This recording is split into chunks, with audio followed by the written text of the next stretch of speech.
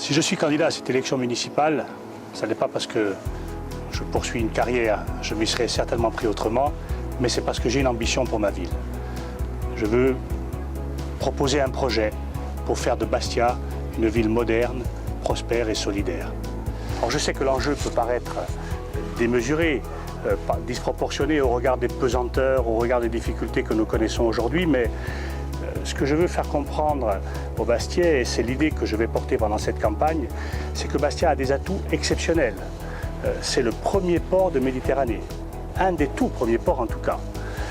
C'est la première agglomération de Corse, avec un patrimoine urbain unique et préservé, vous le voyez derrière moi. Puis le patrimoine, il n'est pas seulement bâti, il est aussi patrimoine humain, culturel, les associations, les réseaux économiques, les réseaux d'entreprises et notamment les jeunes entrepreneurs extrêmement motivés que je rencontre. Donc ces atouts considérables doivent nous permettre d'atteindre cet objectif de faire de Bastia une ville moderne, prospère et solidaire. Bien entendu, il y a aussi des pesanteurs, il y a aussi des handicaps que nous connaissons. Bastia n'est plus la première place économique indiscutable, elle est fragilisée. Une partie de son activité économique est partie vers le sud.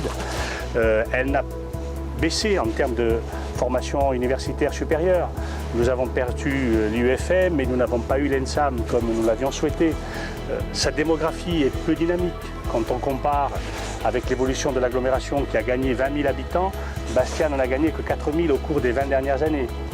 Tout ceci, ce sont des handicaps lourds, certes, et auxquels s'ajoutent les handicaps politiques.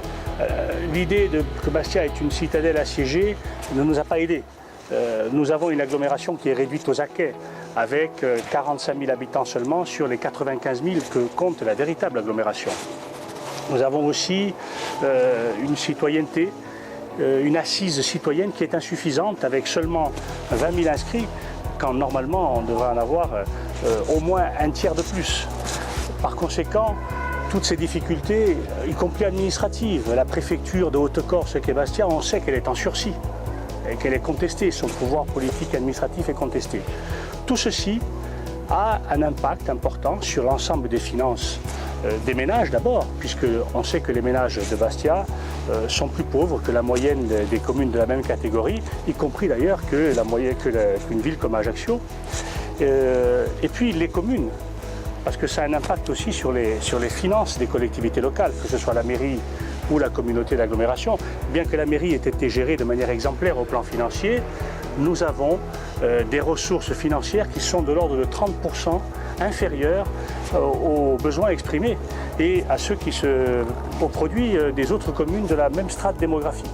Ça veut dire qu'avec ce moins d'argent, nous ne pouvons qu'avoir un service public moins développé, moins significatif. On a constaté cependant, et je l'ai constaté tout au long de mon action politique à Bastia, qu'il a suffi de quelques investissements judicieux. Je veux parler de la rue Camping, et je veux parler de la rénovation de la citadelle avec la place du Donjon, le parking de la place d'Armes, de la rue Napoléon maintenant qui est piétonnisée. Je veux parler des aménagements de la piste cyclable qui débute. Tous ces aménagements, qu'est-ce qui s'est passé dès qu'ils ont été réalisés? Immédiatement, l'économie, l'activité, la dynamisation a répondu positivement. Ça veut dire qu'il suffit de travailler avec intelligence et avec un peu d'audace quand même, pour que immédiatement Bastia réponde positivement. Et c'est à partir de ce constat que je veux porter cette ambition et qui va reposer sur un élément essentiel. Il faut que Bastia, il faut y créer de la richesse à Bastia. Il faut capter cette activité économique pour créer un cercle vertueux de développement durable et non pas rester toujours dans une situation, je dirais, de citadelle enfermée. Il faut impérativement ouvrir et faire en sorte de lui donner le développement qu'elle mérite sans pour autant lui faire perdre son âme. Au contraire, il faut s'appuyer sur ce qu'elle est, sur sa culture, sur ses pointus au Vieux-Port, sur ses magagnes, aussi sur les traditions de liens sociaux qui sont extrêmement importants, pour la faire dynamiser, pour lui donner toute sa dimension. Ces propositions de développement, je les fais avec confiance parce que je les tire de mon expérience bastiaise, mais je les fais aussi avec d'autant plus de confiance qu'elles ont déjà été éprouvées. Et que quand vous appliquez des règles simples de gestion politique des développements, eh bien ça fonctionne. La première règle, c'est qu'il faut impérativement viser l'excellence. Il ne faut pas se contenter de demi-mesure et Bastia est une ville qui peut atteindre l'excellence. Si on fait dans la demi-mesure, eh bien on atteint la médiocrité. La deuxième règle, c'est qu'il faut de la rigueur et de l'équité.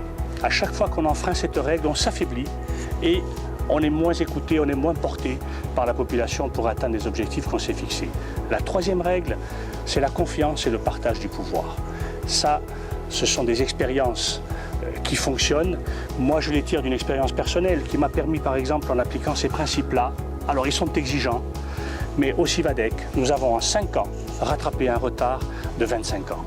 Tout ça, on a pu le faire parce que nous avons nos expériences personnelles, notre ambition collective que nous voulons partager et nous allons en tirer une stratégie que nous allons développer autour de 3 axes pour faire en sorte qu'après des débats avec la population, nous puissions en janvier présenter le projet qui servira de référence pour notre campagne électorale et pour le scrutin de mars prochain.